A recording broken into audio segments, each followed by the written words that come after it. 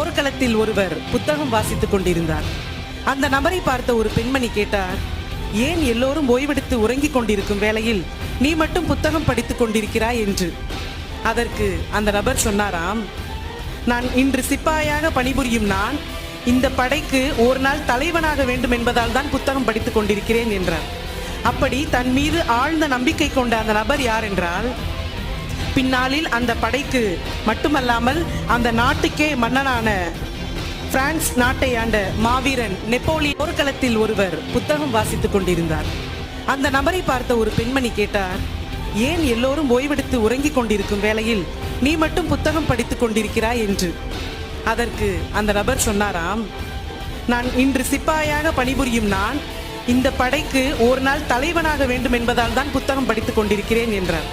அப்படி தன் மீது ஆழ்ந்த நம்பிக்கை கொண்ட அந்த நபர் யார் என்றால், பின்னாளில்